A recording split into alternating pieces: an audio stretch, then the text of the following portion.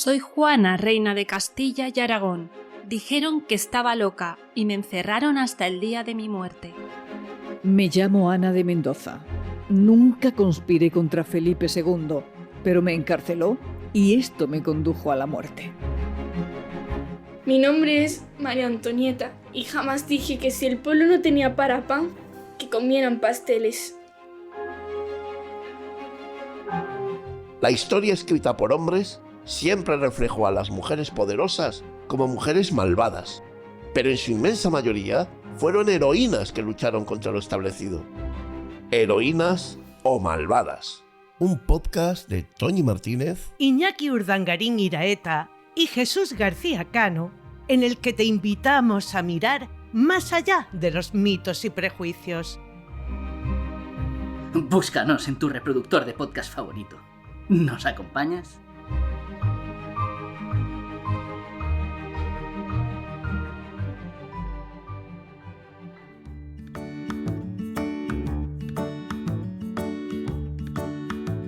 Bienvenido y bienvenida a Perretes, el podcast donde descubrirás cuál es esa raza con la que compartes estilo de vida y carácter. Soy Toñi Martínez, una enamorada de los perretes. Todos los ladridos que escuchas en cada capítulo son sus voces originales. Entre los pastores de las islas había un dicho que no por antiguo es menos cierto. Vale más un perro de pastor que 2 hombres. Hoy te hablaremos del ca de bestiar o pastor mallorquí.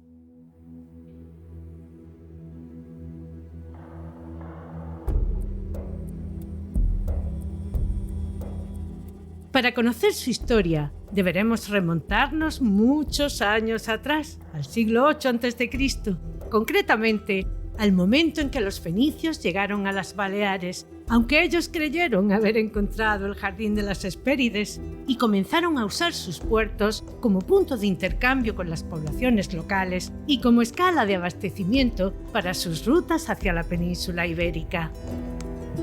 Con ellos viajaban perros de tamaño de medio a grande, muy territoriales, usados para proteger las mercancías y las naves cuando llegaban a puerto, y que guardaban los almacenes y las zonas portuarias, alertando ante la presencia de intrusos.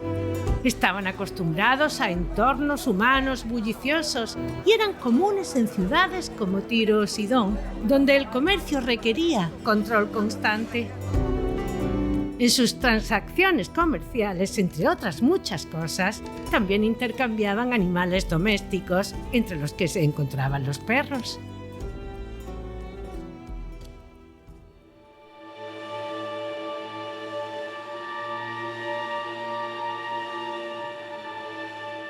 En el 123 a.C., Roma conquistaría las islas tras la campaña de Quinto Cecilio Metelo Baleárico.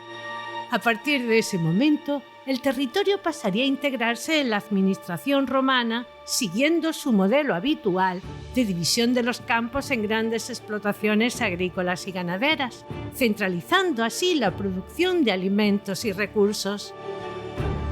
Del mismo modo, se mejoraría el control del territorio con caminos y estructuras de vigilancia, pasando de ser un conjunto de comunidades dispersas a un sistema agrícola estructurado. Y por supuesto, también llegarían los perros usados en el resto del imperio, especializados en la guarda y vigilancia de fincas, la entrada de personas y la custodia de los almacenes, así como los de pastoreo y manejo del ganado, que ayudaban a mover rebaños de ovejas y cabras y respondían órdenes humanas. En torno al 534 d.C., durante el reinado del emperador Justiniano I, las islas pasarían a formar parte del Imperio Bizantino. Mallorca en estos tiempos era una isla estratégica situada entre la península ibérica, el norte de África, Sicilia y el Mediterráneo oriental. Por sus puertos pasaban comerciantes, soldados, funcionarios, marineros, así como diferentes animales, entre los que también se encontraban los perros. Los bizantinos heredaron gran parte de la tradición romana, por lo que muchos de ellos eran descendientes directos de los perros de trabajo romanos. Mientras que Roma había conectado Mallorca principalmente con Occidente, ahora Bizancio la conectaba también con el Mediterráneo oriental, Grecia, Anatolia, Siria y Egipto, donde había una larga tradición de perros guardianes y pastores. Desde el siglo VI al IX mantendrían el sistema heredado en el que los perros seguían siendo necesarios. Durante esta época, Mallorca vivía relativamente aislada de los grandes cambios políticos de Europa occidental, dando lugar a que los perros de la isla evolucionaran localmente. Los más adaptados al entorno insular se cruzarían entre sí generación tras generación, dando lugar a una población cada vez más diferenciada, sin que en su torrente sanguíneo entraran otros tipos foráneos. En el año 902 pasarían a estar dentro del área de influencia del Emirato de Córdoba. Con la administración islámica se integraría en una amplia red de territorios conectados por el Mediterráneo, encontrándose con una selección ya de siglos de perros guardianes y pastores. A partir del siglo XI, con la fragmentación del poder cordobés, la isla pasaría a ser una taifa independiente dentro del mundo islámico peninsular. Durante los siglos de su dominio, los perros dejarían de ser solo un ayudante ocasional, pasando a ser parte del sistema rural, los guardianes del territorio agrícola. Los fenicios habían aportado perros de todo el Mediterráneo, los romanos la organización ganadera y perros de trabajo especializados. Los bizantinos mantuvieron la continuidad de esas poblaciones durante siglos. Los musulmanes reforzaron el modelo del perro guardián rural autónomo y posiblemente añadieron influencias norteafricanas. Y la isla actuó como filtro. Pero sobre todo ello, la selección práctica de los agricultores y ganaderos durante más de 1500 años.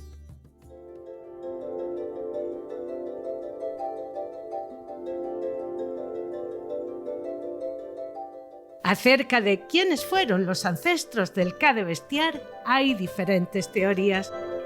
Una de ellas habla de los antiguos alanos españoles, unos perros poderosos utilizados para la guerra, la caza mayor y el manejo del ganado, del que te hablamos en el episodio 108. No eran tan pesados como un mastín, pero sí extraordinariamente resistentes y valientes. Algunos estudiosos, principalmente mallorquines, sostienen que los primeros Ca de pastor o perros de pastor de la isla podrían descender, al menos en parte, de estos perros traídos desde la península durante la Edad Media. Cuando en 1229 las tropas de la Corona de Aragón, cuyos ballesteros iban acompañados de alanos bajo el reinado de Jaime I, conquistaron Mallorca, llegarían miles de colonos procedentes de Cataluña, Aragón y otras regiones peninsulares, acompañados de ovejas, cabras y, por supuesto, sus perros.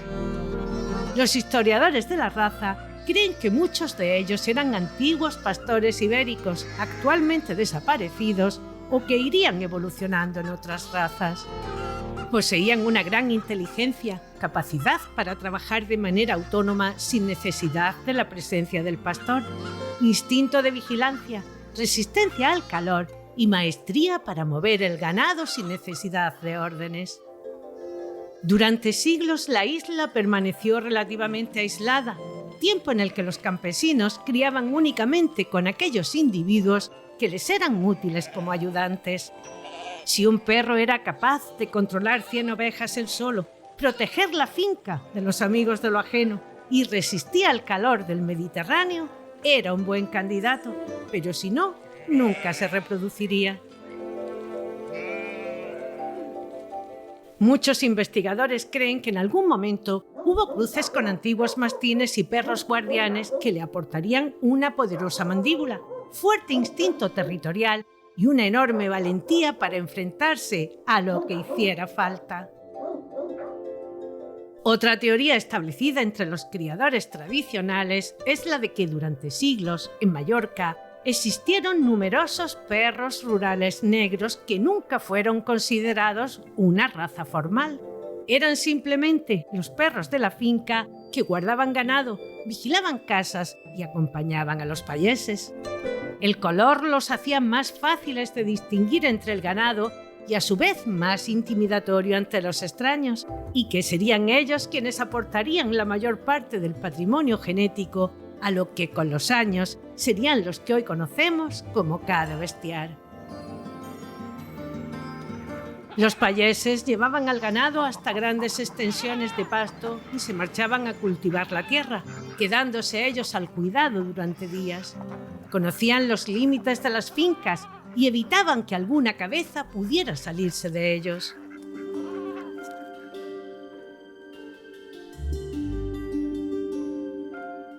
No tenemos referencias a partir de en qué momento se les comenzaría a llamar cadebestiar.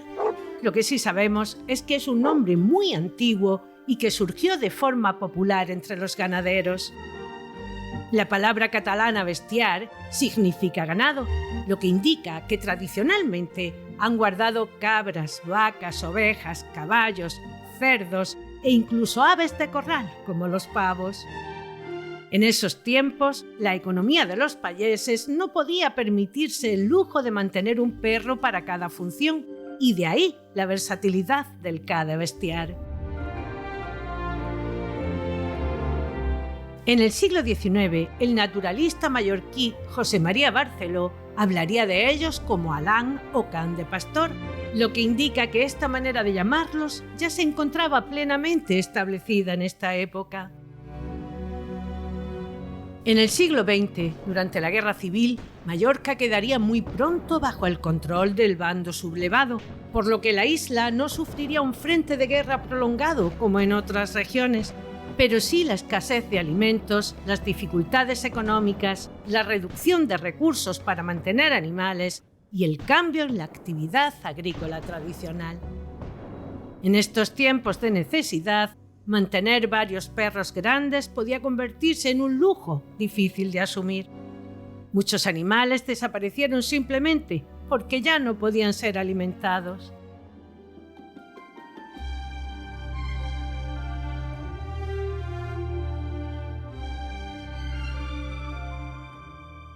Entre 1940 y 70, los tractores y la maquinaria agrícola sustituyeron gran parte del trabajo tradicional. Muchos rebaños desaparecieron o redujeron su tamaño y un buen número de familias abandonaron el campo para trasladarse a pueblos y ciudades. En los 60, la economía empezaba a depender cada vez más del turismo y menos de la agricultura, periodo en el que se cruzarían con pastores alemanes, doberman, mastines e incluso con labradores negros, lo que ocasionó un gran perjuicio para la raza. Como la mayoría de los campesinos no estaban interesados en conservar una raza pura, sino en tener un perro útil, los cruces se hicieron frecuentes.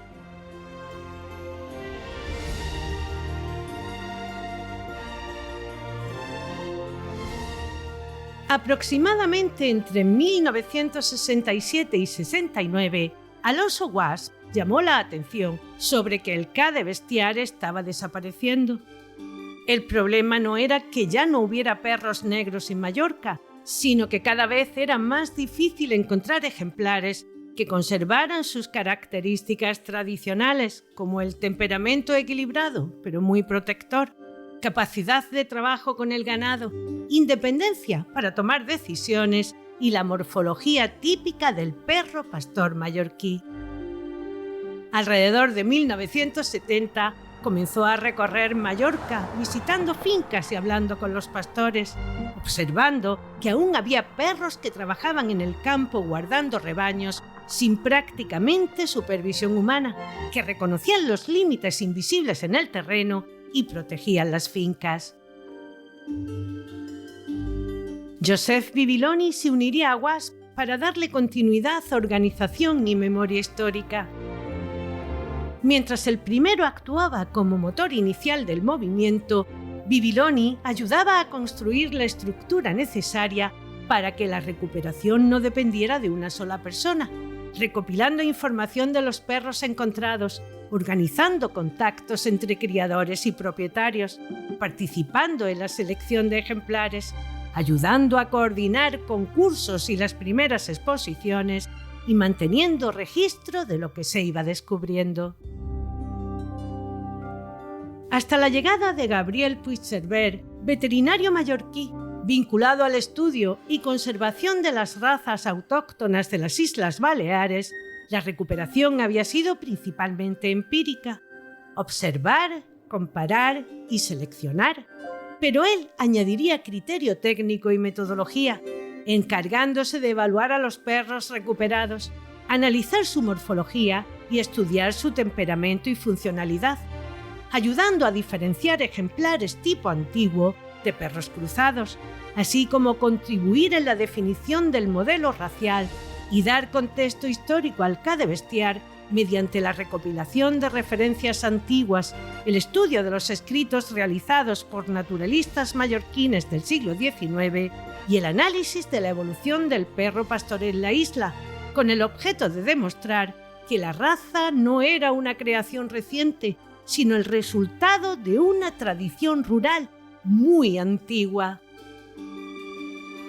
Wabs había identificado y activado la recuperación, Bibiloni estructurado el trabajo y el seguimiento, y Puigcerver había aportado criterio técnico y orden. Ya no solo era una búsqueda de perros, sino la reconstrucción consciente de una raza. En 1978 se crearía el club para continuar con el trabajo, pero de una manera más oficializada, con el objetivo de definir qué era realmente un cadebestiar y evitar que desapareciera por los cruces indiscriminados. Hasta ese momento, la raza había existido durante siglos sin un estándar oficial. Cada ganadero tenía una idea aproximada de cómo debía ser un buen perro, pero no existía una descripción unificada, por lo que se trabajaría en fijar las características históricas, definiéndose aspectos como la estructura corporal, proporciones, color del manto, movimiento y temperamento, poniendo especial atención al carácter. Los defensores de la raza insistían en que no debía convertirse únicamente en un perro bonito, ya que su esencia estaba en el trabajo, por lo que se consideró fundamental conservar la inteligencia práctica, el instinto de protección y la capacidad de trabajar de forma autónoma. Hasta donde hemos podido averiguar, la recuperación del cadebestiar se construyó partiendo de un grupo sin registros genealógicos cuyos nombres se han perdido.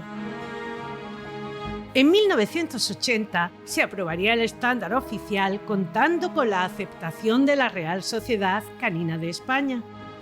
A partir de esta fecha, algunos ejemplares comenzarían a llegar a la península, Alemania, Países Bajos, Bélgica y Suiza, aunque el número siguió siendo relativamente reducido.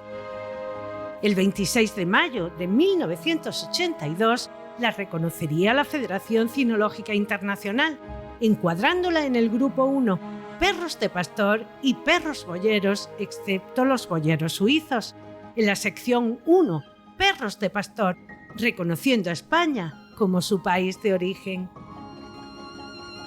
Marino Talavante, Alfonso Tobar o Javier López Márquez serían algunos de los aficionados que durante los años 90 también contribuyeron a su recuperación. A partir de un número pequeño de progenitores, la selección tenía que hacerse con mucho cuidado para evitar perder diversidad genética. Desde los inicios del siglo XXI se les comenzó a ver no solo como una raza canina, sino como parte del patrimonio rural mallorquí. En 2001 fue reconocida como raza española de interés dentro del marco estatal y en 2002 el club obtuvo reconocimiento oficial por parte del gobierno balear. En la actualidad su cabaña se sitúa en torno a los 500 ejemplares, registrándose unos 150 cachorros anualmente, lo que la sitúa como una raza vulnerable. Se conserva gracias al compromiso de un grupo pequeño de criadores que han mantenido sus líneas de sangre, su carácter y su identidad mallorquina, y que se agrupan bajo 2 clubes. Una vez más, tenemos la obligación de alzar nuestras voces en defensa de una de nuestras razas. El K de Bestiar podría ser comparable, con sus lógicas diferencias, a otras razas extranjeras que han encontrado su lugar incluso en entornos urbanos, como puede ser el pastor alemán, el cane corso o el buseron. Así que si en algún momento has pensado en alguna de ellas, por favor, dale una repensada.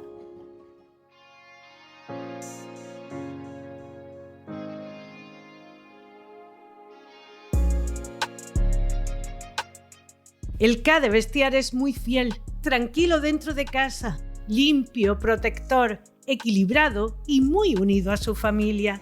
No suele ser un perro pegajoso, más bien mantiene cierta independencia dentro de casa, pero siempre está pendiente. Como todas estas razas a las que denominamos como fuertes, necesita un guía estable, coherente y con experiencia real en perros de trabajo y de este tipo de carácter, que le establezca reglas claras y mantenga las mismas normas. Si un día algo está permitido y al siguiente no, él tenderá a tomar decisiones por su propia cuenta. Mónica Sánchez Marina, nuestra instructora formadora de la Real Sociedad Canina de España, evaluadora de conducta animal, monitora en terapias asistidas con perros y en la Escuela Canina Quercus, nos explica lo importante que es nuestra actitud con razas de este tipo. Cuando tenemos un perro que por su funcionalidad tiene unas características de ser muy territorial, fuerte, cabezones y dominantes, es muy importante que desde el primer momento marquemos los límites con ellos. Cuando tenemos un perro de esas características, en el 90% de los casos lo tenemos porque son parte de las cosas que nos gustan. Siempre lo que hablamos, dentro de la funcionalidad para la que se crea esa raza, eso en realidad son virtudes, no defectos. ¿Qué pasa? Pues que a meterlo en un entorno urbano o caer en manos de personas que no son conscientes de esas funcionalidades por desconocimiento, pues nos pueden dar problemas de gruñidos o problemas de agresión con otros perros también. Y bueno, pues podemos también tener accidentes que desgraciadamente pues cuando alguien se cuela en casa o cuando alguien nos grita o que sea jugando, el perro lo malentienda y aparezca su base genética. Por ello, es lo que hablamos, es muy importante marcar los límites, ser desde el primer momento muy claros en lo que permitimos y en lo que no está permitido y siempre siendo justos, por supuesto, con el perro y basándolo en una buena relación. El perro nos va a admitir que pongamos los límites sin ningún tipo de confrontación. Lo que no podemos es permitir, porque el cachorro es pequeño, porque nos hace gracia o porque bueno, ya se le pasará, porque es producto de los nervios, ir permitiendo ciertas actitudes que en un futuro nos van a producir problemas o se van a ir desarrollando hasta que sean verdaderamente un problema. Lo típico de gruñe, pero no muerde, típico el perro que cuando estamos jugando, nosotros muchas veces jugamos, ay, mira cómo me defiende, y jugáis un poco a que uno pegue al otro. Esas cosas que en un principio nos pueden hacer gracia, luego van a ser un problema porque el perro no lo va a entender como tal, sino que va a ir fijando esa conducta. Con lo cual, pues lo que hablamos desde muy, muy pequeño, hay que marcar muy bien los límites y dejar muy claro las acciones que están permitidas y las que no, y ser constante con este tipo de perros, que es lo que hablamos. Esas características dominantes y territoriales son virtudes, pero por supuesto mal gestionadas van a ser problemas en un futuro que nos van a llevar a pasar muy malos momentos y no poder disfrutar de nuestro perro.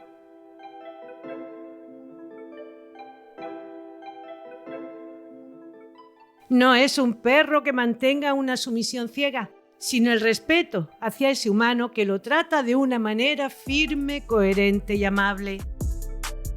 Si está bien socializado, con los desconocidos, lo más normal es que cuando detecte su presencia, observe pero sin intervenir y evalúe su actitud. Si su familia lo acepta, se relaja pero si percibe amenaza, puede reaccionar con firmeza. Con las personas chiquitas de su familia se mostrará protector, paciente, tolerante y cuidadoso. Tiende a vigilarlos más que a interactuar de manera activa. Como siempre te digo, hay que estar muy pendiente en los momentos en los que interactúan y enseñar a ambas partes a tratarse con respeto, delicadeza y cariño. Aunque tolera el juego, puede cansarse si hay un exceso de estímulos, o como buen perro pastor, controlar sus movimientos. Con otros de su especie hará una clara división: posibles aliados, posibles amenazas o simplemente elementos del entorno. Con perros tranquilos, no invasivos y respetuosos, convivirá sin problemas, pero si son o se muestran desafiantes, se tensará hasta el punto en el que puede responder con firmeza. Tenemos que tener siempre presente su historia, en la que no tenía que convivir en grupo ni interactuar continuamente con otros perros. Tiene mucha resistencia física y, sobre todo, la necesidad de mantener una actividad mental y de control del entorno. Necesita rutinas, sentido y tareas, así que tendrás que, como mínimo, dar un par de paseos diarios de al menos de 1 hora cambiándole la ruta y unos 15 minutos diarios de ejercicio mental, donde realices con él ejercicios de obediencia básica, autocontrol, búsqueda de objetos o resolver problemas pequeños. En zonas donde lo puedas controlar sin dificultad, suéltale la correa y déjale que ponga en marcha su instinto de vigilancia. Si tienes la suerte de vivir en una casa con jardín, es perfecto. Aunque no es un perro deportista, como te acabo de decir, sí le vendrá muy bien practicar obediencia, rastro o canicross, o hacer rutas largas de senderismo con terrenos variados y en contacto con la naturaleza, donde sacará lo mejor de sus instintos naturales. Necesita sentirse útil, que tiene una función, y si no se la cubrimos, tendremos un perro en hiperalerta y vigilancia constante. Ten siempre presente que la mejor manera de cansar a un perro no es llevarlo a correr, sino hacer que use la cabeza, tomando decisiones y sintiendo que está cumpliendo una tarea para ti. Entre las 3 y las 16 semanas deberás comenzar con su socialización. En este periodo deberá ir conociendo a diferentes personas, a peques que sean tranquilos, exponerlo a diferentes ambientes en los que haya ruidos, superficies variadas, a viajar en coche y a otros de su especie que sean calmados y equilibrados. Tu objetivo debe ser que aprenda a observar, pero sin reaccionar. La atención al guía, el autocontrol, la espera, juegos olfativos y de obediencia básica son magníficos ejercicios mentales para el cachorro. Si tienes una escuela canina cerca, es conveniente que parte de esta socialización la desarrolléis allí, ya que estos entornos suelen ser tranquilos y siempre estaréis apoyados por la atenta mirada del profesional que os guiará para que todo se haga de la manera correcta. David García Suárez, nuestro juez internacional de trabajo deportivo, creador del método City Dog, apoyado por sus más de 30 años de experiencia, del método de terapia prosopea para personitas con discapacidades y monitor en la escuela Kerkus, nos habla de ellos. Una raza muy interesante, muy fuerte y no muy conocida. Es un perro principalmente que se ha utilizado para el pastoreo y también es un animal de guarda. Siempre se ha usado en esos entornos rurales, por lo cual vamos a tener perros pues bastante poderosos, dominantes y serios. Para adaptarlos a una ciudad es importante tener un proceso de socialización que sea profundo para que tenga buenas experiencias y se adapte a la diversidad de entornos que vamos a exponer a los perros, especialmente cuando vivimos en entornos urbanos. Y son perros que tienen buenas motivaciones por el afecto, buenas motivaciones por la caricia, buenas motivaciones por la comida y muy buenas motivaciones también incluso por el juego. Con lo cual, el entrenamiento, la didáctica positiva la podemos hacer con facilidad, pero sí hay que tener en cuenta que van a ser perros muy fuertes de carácter y es importante pues poner todas esas bases educativas al inicio. Yo siempre lo recomendamos a personas que vayan a tener muy buena actividad física con ellos, no son perros puramente de compañía y son perros que pueden adaptarse a muchas disciplinas, tanto pues todas las disciplinas de obediencia como las de protección, como las de rastreo.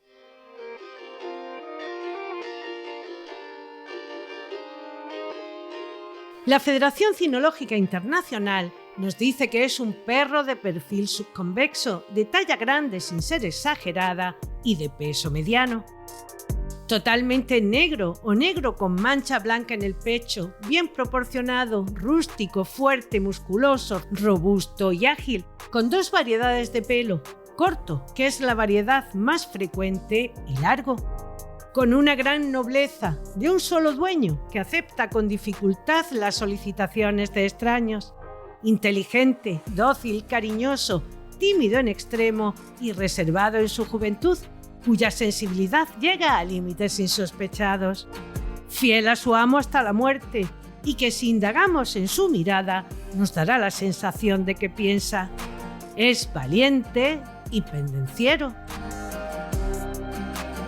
Su cabeza es de perfil ligeramente triangular. Vista dorsalmente es más ancha en su parte superior que en la inferior. Maciza, pero no pesada, lo suficientemente amplia para albergar una buena inteligencia. Bien moldeada y proporcionada al cuerpo, debe ser más bien grande, pero nunca de tipo molosoide. La línea supranasal es paralela a la línea craneal. Los ejes craneofaciales levemente divergentes. La depresión nasofrontal o stop marcada, pero nunca brusca, en suave declive. Trufa húmeda, fresca, negra, grande, con orificios nasales amplios y sin partirse. El hocico ancho, más bien fuerte, no debe ser en punta, pero sí debe acentuarse su altura y anchura a medida que se acerca a las órbitas. Y la variedad K de Cabrer, los de pelo largo, es más puntiagudo. El perfil dorsal de la caña nasal es subconvexo. El perfil de las ramas del maxilar inferior es recto. Paladar de color negro. Labios también negros. El superior no deja ver al inferior, estando la boca cerrada. La comisura labial es poco notoria y pasan desapercibidos por estar bien proporcionados a la cabeza. Dientes muy blancos, bien desarrollados y bien colocados, con mordida en tijera. Los molares desarrollados. Ojos de tamaño más bien pequeño, ligeramente almendrados. No son prominentes ni tampoco hundidos en las órbitas, ni muy separados el uno del otro, centrados, ligeramente oblicuos, vivaces y de color comprendido entre el de la miel del romero, algo claro, y el de la miel de algarroba, más oscuro. De expresión enigmática, con mirada inteligente y triste a la vez, en la que se denota incluso desconfianza. Los párpados son finos, negros y oblicuos, bien pegados al ojo. Orejas quebradas de reducidas dimensiones en relación a la cabeza, triangulares, llegando la punta al lagrimal del ojo de su lado correspondiente, o sea, aproximadamente igual a la longitud de su cráneo, normalmente dobladas y caídas, algo separadas del hocico, echadas hacia atrás en estado de reposo, en estado de atención levantándolas por el doblez transversal, separándolas del hocico más de lo habitual. Cuello macizo, musculoso, fuerte y proporcionado a la cabeza y al cuerpo. Grueso, con muy escasa papada, cilíndrico, acentuándose su diámetro más hacia la base. La piel es dura y elástica, ni fina ni gruesa, bien pegada al cuello en su parte superior y laterales, algo más despegada en su parte inferior. Su cuerpo es robusto, muy bien proporcionado, dando al mismo tiempo impresión de fortaleza y agilidad. Cruz marcada y como mínimo a la misma altura que la parte superior de la grupa. La zona entre las escápulas amplia y fuerte. Línea dorsolumbar recta, horizontal, nunca ensillada. Lomo ancho y potente. Grupa mediana, ligeramente redondeada, ancha, potente y musculosa, nunca prominente ni caída. La parte superior debe estar a la misma altura que la cruz. Pecho amplio y alto, llegando como máximo a la altura del codo, de un ancho aproximadamente igual al de la longitud del cuello, bastante profundo, no prominente, con el esternón ligeramente pronunciado. Costillas arqueadas, no planas ni en forma de tonel. Flancos medianamente voluminosos. Vientre ligeramente recogido, pero nunca agalgado, ni tampoco descendido que se confunda con la continuación del pecho. Algo estilizado debe dar la impresión de agilidad. Cola de inserción horizontal y sección circular, más bien gruesa en su nacimiento, de una longitud que debe llegar como mínimo al corvejón, pero sin rozar el suelo. En la variedad de pelo largo, debe tener el fleco abundante y largo. En reposo, naturalmente caída o ligeramente curvada hacia afuera, rozando levemente los corvejones. Ondulante y levantada, más de lo horizontal en forma de hoz, sin enroscarla cuando está en acción. Los miembros anteriores fuertes, aplomos correctos, visto de frente y de perfil, paralelos entre sí y perpendiculares al suelo. Hombros oblicuos y fuertes, brazos de igual longitud que la escápula, codos sin desviación y pegados al tórax. Antebrazo fuerte, bien angulado, perpendicular, osamenta vertical fuerte, larga y derecha. Metacarpo corto y ligeramente inclinado. Los pies anteriores casi de liebre, algo más cortos y anchos que estos, y con dedos semialtos, semiarqueados, juntos y con la almohadilla muy dura y negra, sin membrana interdigital acentuada. Los miembros posteriores musculosos, fuertes, con aplomos correctos. Relieves musculares atenuados y duros.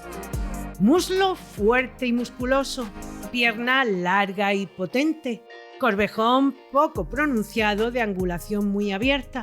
La altura del corvejón es aproximadamente algo menor que el tercio de su altura a la cruz. Metacarpo bien marcado. Los pies posteriores casi de liebre, aplastados con dedos semiarqueados y juntos. Almohadillas duras y negras. Uñas arqueadas, duras y negras también, sin membrana interdigital acentuada, pudiendo nacer con o sin espolones. Su forma de andar debe de ser firme y elegante, el trote en bípedos diagonales, ladeando ligeramente el tercio posterior respecto al anterior. El galope será franco, rústico, rápido, con las piernas traseras bien separadas en su base con el suelo, colocándolas por fuera de las manos como si fuera dando saltos. El paso preferido y el del trabajo es el galope. Piel elástica, sin pliegues, dura y gris clara. El pelo corto y pegado a la piel, oscilando su longitud entre 1,5 centímetros y 3 en el lomo, con su pelo fino, de escaso espesor y muy adherido a la piel. En la variedad de pelo largo podrá ser ligeramente ondulado en el lomo, con una longitud aproximada de algo más de 7 centímetros según la época del año, correspondiendo la mayor al invierno. El subpelo bien distribuido y de poco espesor, aumentando el pelo en su longitud normal en el fleco de la cola, punta de las orejas y parte posterior de las extremidades. En ambas variedades debe ser suave, duro y bastante fino. El único color admitido es el negro en sus variedades azabache, ordinario y peceño. El blanco es admitido solamente en el pecho en forma de una corbata fina bajo el cuello y en los pies anteriores y posteriores, despuntando según su fácil visibilidad en uñas y puntas de los dedos de los pies. El negro azabache es el más apreciado.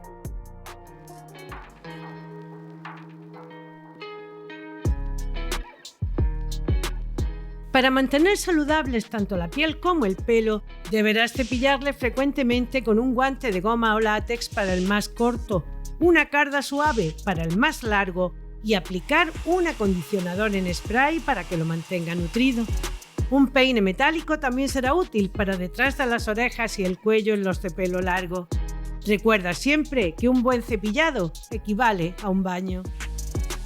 Báñale cada vez que lo necesite, pero de manera regular. Hazlo una vez al mes con una hidratación intensa y pH 7, que es el que se corresponde con la piel de los perretes. Pon el agua templadita.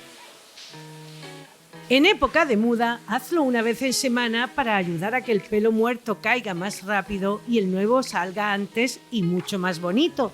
En este caso, el agua calentita. Empápalo bien con una toalla y sécalo con aire templadito para no quemarlo ni deshidratarlo. No olvides limpiar sus oídos. De cómo le alimentemos dependerá en buena medida su salud en general. Busca siempre un pienso bien equilibrado, que contenga proteínas animales como primer ingrediente, pollo, cordero, pescado o carne de res, que son esenciales para el desarrollo muscular y la energía. Grasas de alta calidad como omega 3 y 6 para que mantenga una piel y un pelaje saludable. Carbohidratos como el arroz integral, la patata dulce o la avena. Vitaminas, minerales esenciales y condoprotectores para la buena salud de sus articulaciones. Elige siempre un pienso que todo lo que contenga sea apto para el consumo humano. Adapta la ración a su edad y al nivel de actividad y remójalo para que no necesite beber mucha agua. Asegúrate que ésta esté siempre limpia y fresca. Un hueso grande y crudo, además de ser un riquísimo entretenimiento, ayudará a mantener sus dientes limpios. Al ser una raza rústica y recuperada recientemente, no tiene una larga lista de enfermedades genéticas, pero pueden darse casos de displasia de cadera y codo, aunque la incidencia es muy baja. Como te decía antes, el mayor problema puede ser la consanguinidad. Si crees que este leal compañero de vida y tú sois la combinación perfecta, busca a esas personas que crían por amor a la raza, que realizan pruebas de salud a sus perretes apartando de la cría a quienes pudieran ser transmisores y solo cruce con ejemplares sanos, de buen carácter y que se correspondan con las directrices que marca su estándar. Se encargue de la socialización temprana de sus cachorros de la manera adecuada, te lo entregue con sus vacunas y desparasitaciones correspondientes a la edad, microchip e inscritos en el libro de orígenes, lo que comúnmente llamamos pedigrí. La crianza responsable no fabrica perros, no explota. Es un arte que solo quienes conocen deben realizar. No siempre habrá disponible un cachorro, así que deberás saber esperar. Su esperanza de vida, si está bien cuidado y atendido, estará en torno a los 12 o los 14 años. Su estándar nos dice que la altura a la cruz estará entre los 66 y 73 centímetros en los machos y entre los 62 y los 68 en las hembras, permitiéndose 1 centímetro por arriba o por abajo de los límites señalados y con un peso en torno a los 40 kilos.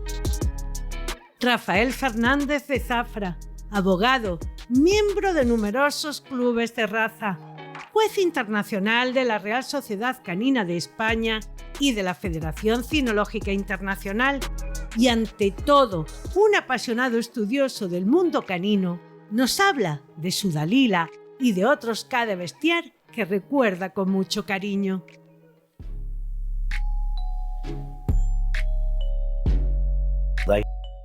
Toñi, el alma de este podcast, me pide que hoy os cuente anécdotas del K de bestiar, ese perro al que yo llamo el guardián negro de la isla Baleares. En casa, hace muchos años, tuvimos una perra negra de nombre Dalila, una perra negra de pelo corto, regalo del doctor Martí a mi abuelo. Este señor vivía en un precioso lugar de Menorca, Ciudadela, en una casa que parecía sacada de una película de esas coloniales inglesas rodeada de un gran porche donde dormitaban en los escalones 3 diablos negros, que eran los padres y una hermana de nuestra Dalila. De allí cogimos aquella perra que nos acompañó durante 12 años. Digo que era negra y de pelo corto porque también, aunque no reconocidos por la FCI, los hay atigrados, que allí se llaman en las Islas Baleares virats, y también los hay de pelo largo, tanto en los virats como en los negros. Los de pelo largo son más raros de ver. Tampoco están reconocidos por la FCI. Nos la regalaron con esos maravillosos collares de almez a guisa de carlanca insular, tachonados de preciosos clavos que hacían dibujos. Nadie le enseñó nada a aquel animal, pero conocía las lindes del lagar de don Fernando igual o mejor que Jacinto, nuestro encargado, o que mi propio abuelo. Tenía un sentido de la propiedad grandísimo, algo innato que brota en la raza, según he comentado con criadores y he podido comprobar.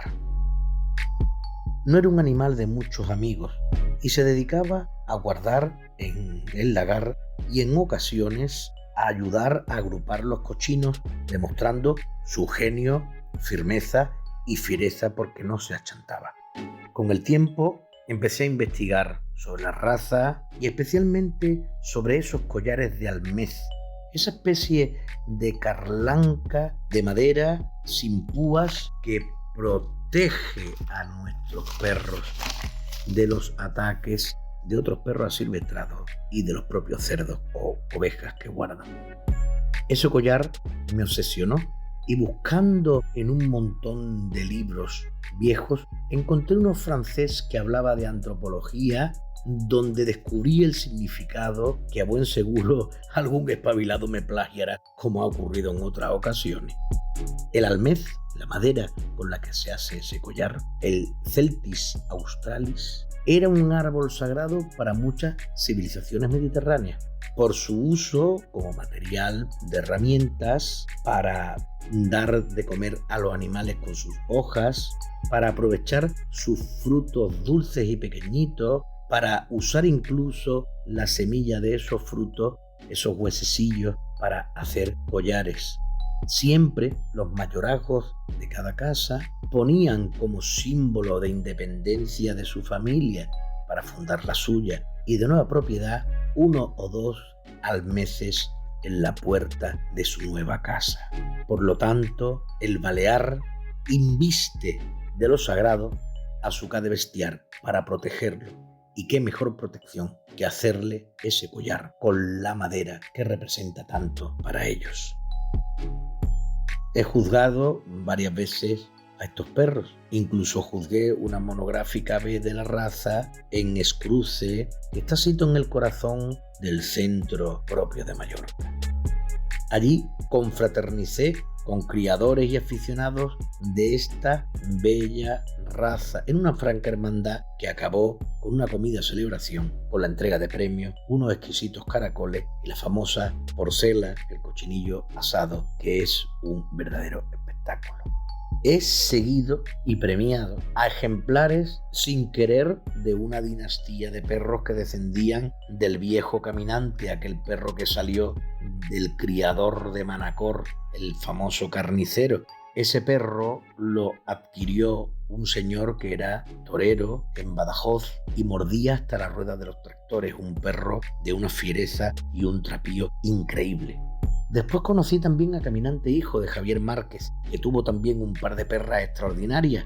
Conocí a los perros de Paco Franco y al final no puedo contar que premié a abuela, padre y tíos de mi querido Pep Gonela, un perro que crió un gran amigo mío y su mujer, que también es muy amiga, Marino Talavante y Cristina Bosch Bubar. Cuando vi aquel perro, a Pep Gonela, en Ondara, le dije a esta pareja: verdaderamente me encanta, es un gran perro, yo le auguro un gran futuro. Y parece que acerté. Hoy Pep Gonella es un perro campeón en 3 mundiales, campeón de 16 países, gran campeón ibérico, campeón de España y gran campeón de España. Campeón en 3 monográficas, un magnífico reproductor y un animal que ha sido embajador de la raza y ariete de la misma, magníficamente bien presentado por David Osorio. Y por supuesto, gracias al esfuerzo económico de sus propietarios. Yo soy socio de honor del Club Nacional del Pastor Mallorquí, del CAD de Bestiar. He intentado, como siempre, hacer con cada raza española que he tenido la oportunidad, hacer todo lo posible por ellas y ayudarlas a su promoción. Os aseguro que es un animal fiel, frugal, trabajador, duro y seguro, que resume de un modo extraordinario la esencia de lo balear. Y para despedirme os voy a contar de dónde viene el nombre de Pep Gonella. Pep Gonella es un personaje folclórico de la mitología popular de las españolísimas Islas Baleares, al cual le cantan de un modo precioso, ya que la propia lengua mallorquina es más cantarina que hablada. Hay muchas versiones de canciones alrededor de Pep Gonella y este personaje popular, dependiendo del lugar, se canta de una manera u otra, se le añade una letra u otra y sobre todo se le pone un acento u otro. Pero en general dice así: el Pep Gonella té un ca de bou, el va baratar amb ou de xoringa. ¿Qué significa? El Pep Gonella tiene un perro de presa y él lo va a cambiar por un huevo de cernícalo. Con esto, intentando que cada capítulo os dé una nueva información y el querer sobre todo haceros llegar que los perros de raza son algo más que un simple animal, que un simple capricho, que una simple exhibición, que el perro de raza lo que es en verdad es un animal de utilidad, que está concatenado de modo profundísimo con lo étnico, lo social y lo cultural del pueblo y el lugar que lo sostiene. Y sobre todo, que son unos animales a los que le debemos mucho. Cada civilización, cada lugar y sobre todo que son animales a los que les debemos mucho porque ellos han sido auxilio de nuestros antepasados. Espero que os haya gustado lo que os he relatado del CAD de Bestiar, del perro de ganados balear, y espero que acudáis a nuestra nueva cita que como siempre preparamos con mucho cariño y mucha ilusión. Hasta pronto. Me encantaría saber que has disfrutado con lo que te hemos contado, que has aprendido alguna cosilla más o si no la conocías, hayas podido hacerte una fiel idea de quiénes son y qué necesitarán de ti para ser felices. Recuerda que tenemos una nueva cita el primer y tercer sábado de cada mes, a la que espero no me faltes. Dale a seguir y la plataforma te avisará cada vez que haya un nuevo capítulo.